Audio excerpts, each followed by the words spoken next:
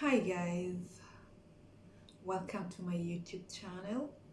For those of you who are here for the first time, my name is Catherine and I tell true stories.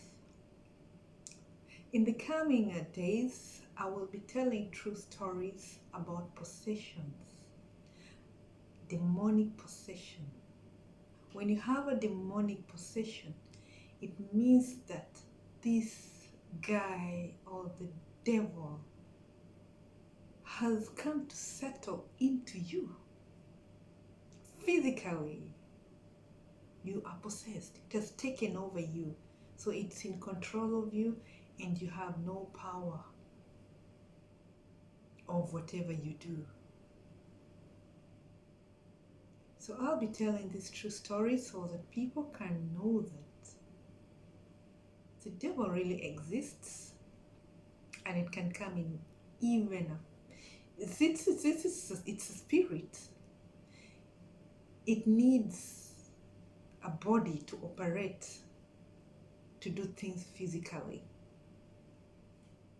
And if it chooses you to settle into your body, then you will be possessed by the demon.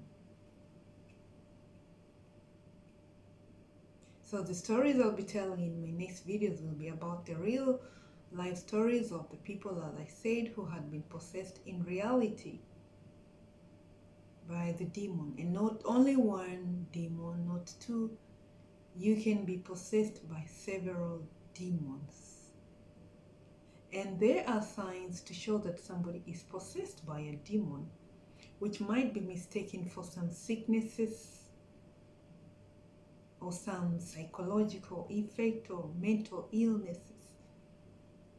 And so, in order to affirm that somebody has really been possessed by a demon, study has to be carried out by people who are qualified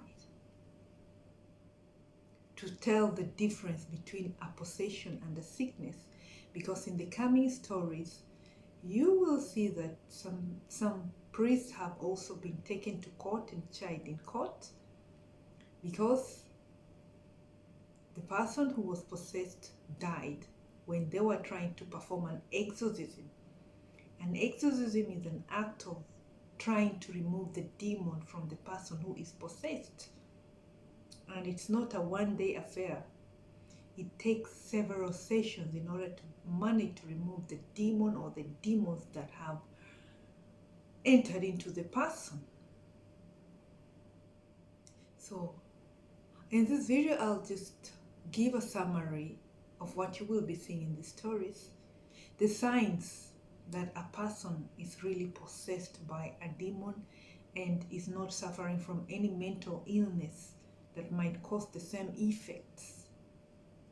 So these are some of the signs to look out for.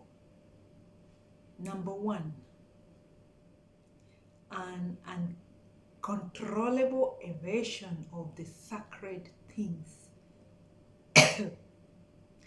As in, you just hate the presence of holy things, sacred things, things connected to God. It's not your wish, but there is just some forceful dislike. Uncontrollable, I mean, you're beyond, because it's not you, it is the demon in you that is acting on your behalf. But the people outside you will see that it's you because they don't know that you're possessed. And you also might not know that you're possessed. For example, the Bible or the Quran, the crosses, as in the crucifixes, the site of a church just sickens you. Prayers just make you sick. Holy songs make you disgusted. So these are just one of the signs, a vision of sacred things. Number two, the ability to speak dead languages that you've never spoken, languages that you've never spoken in your life. The people might know that you speak only Luhya, Arabic, or Swahili, or English. But here you are speaking some languages that you have never spoken in your life, normally known as the dead languages. Those languages like Greek, a certain type of Greek. This certain type of Greek is called the Koine Greek, as in it's not spoken now. Latin, although I understand the demons have a strong hate of Latin, but how they speak it when they are possessed, they speak it for a reason.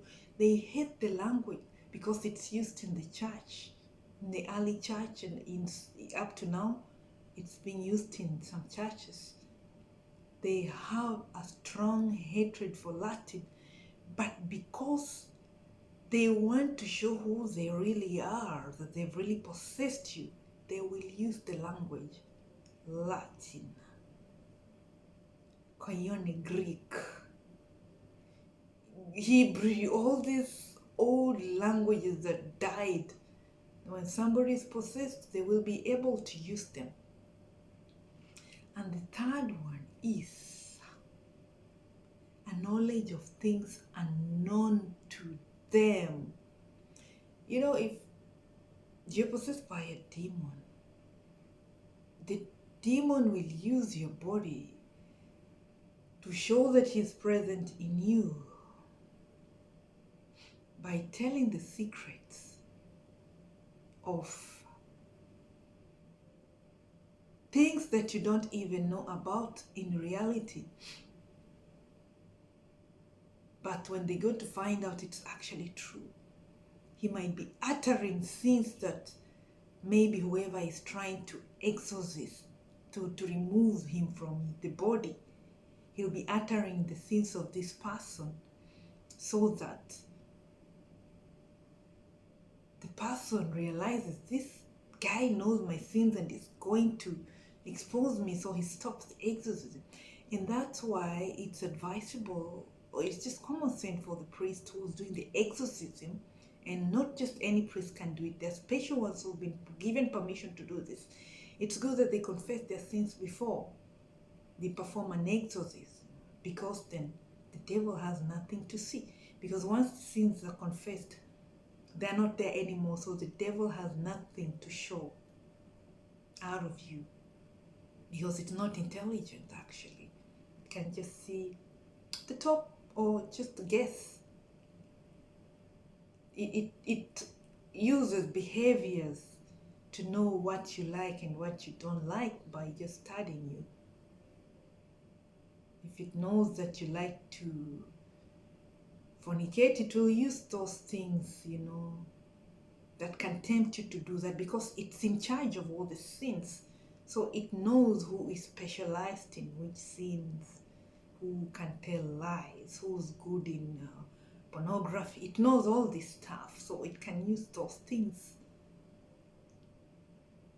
just to make you get scared and think that it can read your mind. So that's why you need to be very clean if you're going to perform an exorcism, so that it has nothing, it doesn't see anything. Because one of the best, the exorcism, as in removing the small devils, is through confession.